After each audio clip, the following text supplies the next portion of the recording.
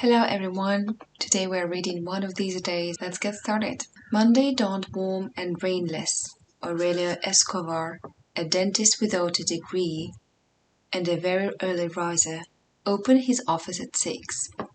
He took some false teeth, still mounted in their plaster mold, out of the glass case and put on the table a fistful of instruments which he arranged in size order, as if they were on display. He wore a collarless striped shirt, closed at the neck with a golden stud and pants held up by suspenders. He was erect and skinny, with a look that rarely corresponded to the situation, the way deaf people have looking. When he had things arranged on the table, he put the drill toward the dental chair and sat down to polish false teeth. He seemed not to be thinking about what he was doing, but worked steadily, pumping the drill with his feet, even when he didn't need it.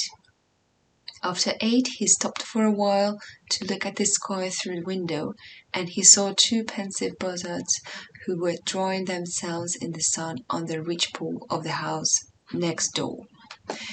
He went on working with the idea that before lunch it would rain again. The shrill voice of his 11-year-old son interrupted his concentration. "Papa!" "What?" "The mayor wants to know if you'll pull his tooth." "Tell him I'm not here." He was polishing a gold tooth. He held it at the arm's length and examined it with his eyes half closed. His son shouted again from the little waiting room. "He says you are too, because he can hear you." The dentist kept examining the tooth. Only when he had put it on the table with the finished work did he say, "So much the better." He operated the drill again. He took several pieces of a bridge out of a cardboard box where he kept the things he still had to do and began to polish the gold. "Papa!" "What?" He still hadn't changed his expression. "He says if you don't take out his tooth, he'll shoot you." Without hurrying, with an extremely tranquil movement, he stopped pedaling the drill, pushed it away from the chair, and pulled the lower drawer of the table all the way out. There was a revolver. "Okay," he said, "tell him to come and shoot me." He rolled the chair over opposite the door, his hand resting on the edge of the drawer. The mayor appeared at the door. He had shaved the left side of his face, but the other side, swollen and in pain, had a 5-day-old beard. The dentist saw many notes of desperation in his dull eyes. He closed the drawer with the fingertips and said softly, "Sit down." "Good morning," said the mayor. "Morning," said the dentist. While the instruments were whirling, the mayor leaned his skull on the headrest of the chair and felt better.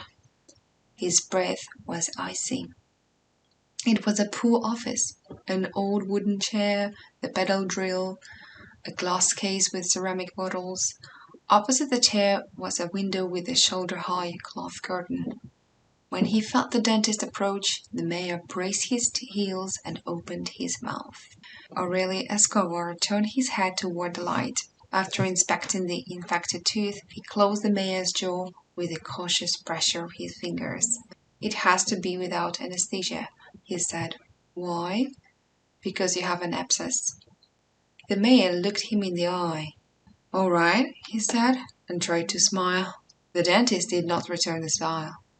He brought the basin of sterilized instruments to the work table and took them out of the water with a pair of gold tweezers, still without hurrying. Then he pushed the spittoon with the tip of his shoe and went to wash his hands in the wash basin. He did all this without looking at the mayor, but the mayor didn't take his eyes off him. It was a lower wisdom tooth.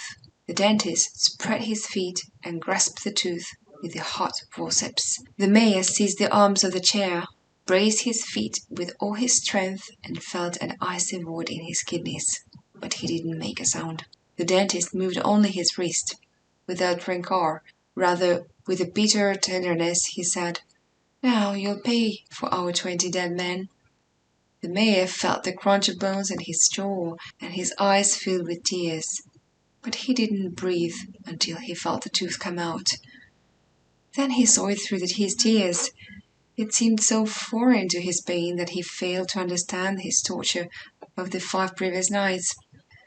Bent over the spittoon, sweating, panting, he unbuttoned his tunic and reached for the handkerchief in his pants pocket. The dentist gave him a clean cloth. "Dry your tears," he said. The mayor did. He was trembling while the dentist washed his hands. He saw the crumbling ceiling and the dusty spider web with spiders' eggs and the dead insects. The dentist returned, drying his hands. "Go to bed," he said, "and gargle with salt water." The mayor stood up, said goodbye with a casual military salute, and walked toward the door, stretching his legs without buttoning up his tunic. "Send the bill," he said. "To you or the town?" The mayor didn't look at him. He closed the door and sat through the screen. "It's the same damn thing."